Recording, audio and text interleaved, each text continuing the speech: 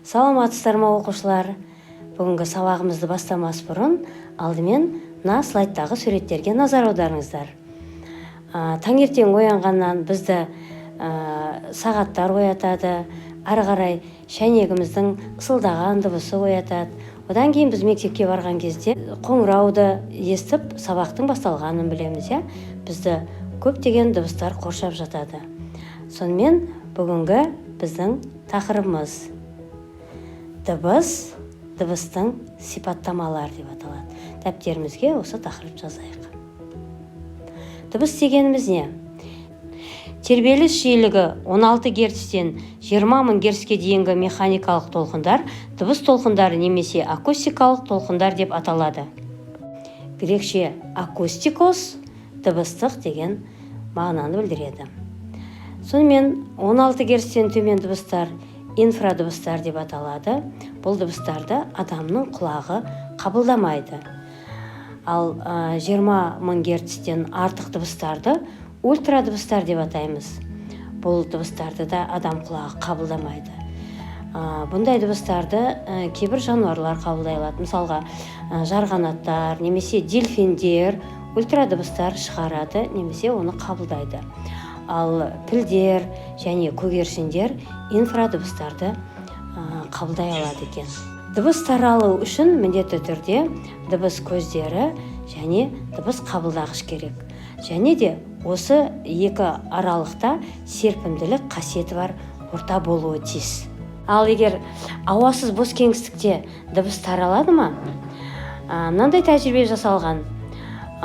Вакуумды колбаның ішіне қоңыраулы сағатты қойып қойған және оның дыбысы шығып тұрған. Біртіндеп ауа сорылып алған кезде дыбыстың да жай бәсеңдеп, одан кейін дыбыс мүлде естілмей қалған. Яғни тәжірибелер көрсетуі бойынша вакуумда дыбыс таралмайды екен. Ал суда дыбыс таралады ма? Балықшылар балық аулап отырған кезде тыныштықты қалайды. Балық айқайды естиді ме? Дыбыстың ауадағы жылдамдығы шамамен 340 метр секундқа тең болады екен.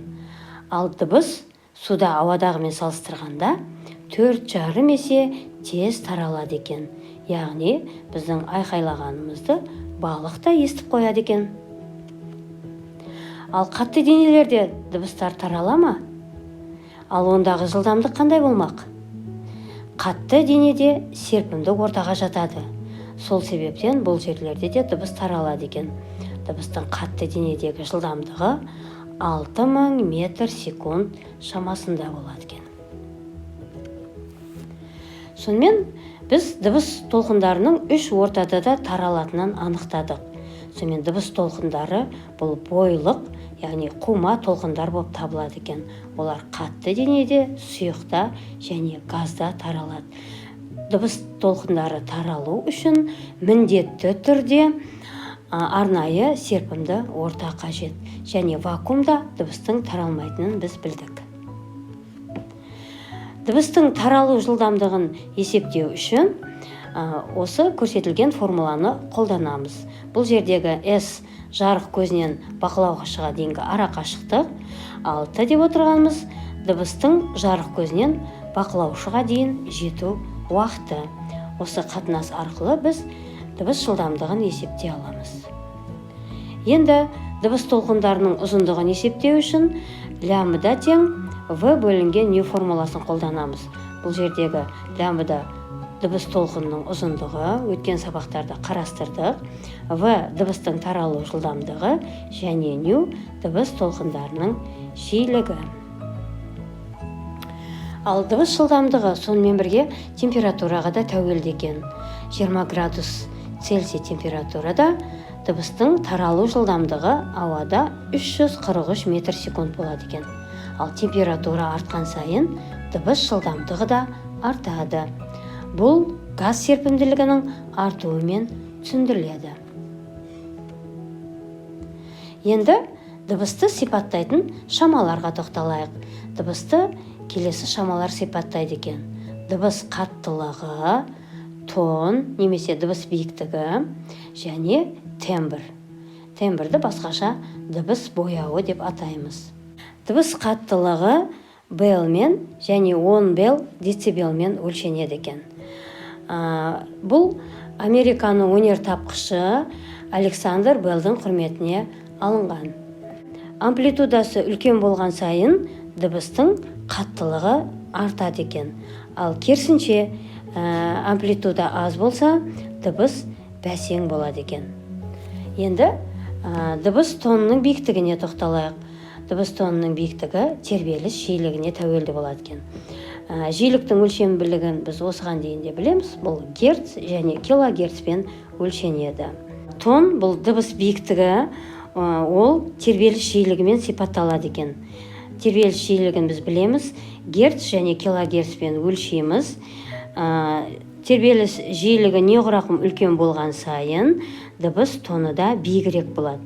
Ал төмен дыбыстардың тербеліс жиілігі аз болады екен. Енді дыбысты сипаттайтын шама бұл тембр, немесе дыбыс бояуы. Ол дыбыстың сапасын береді. Адамның даусына немесе аспаптың үніне өзіндік бояу береді. Музыкалық аспаптарды қалыпқа келтіру үшін камертон қолданылады. Камертон бірінші октаваның ля нотасына сәйкес дыбыс шығарады.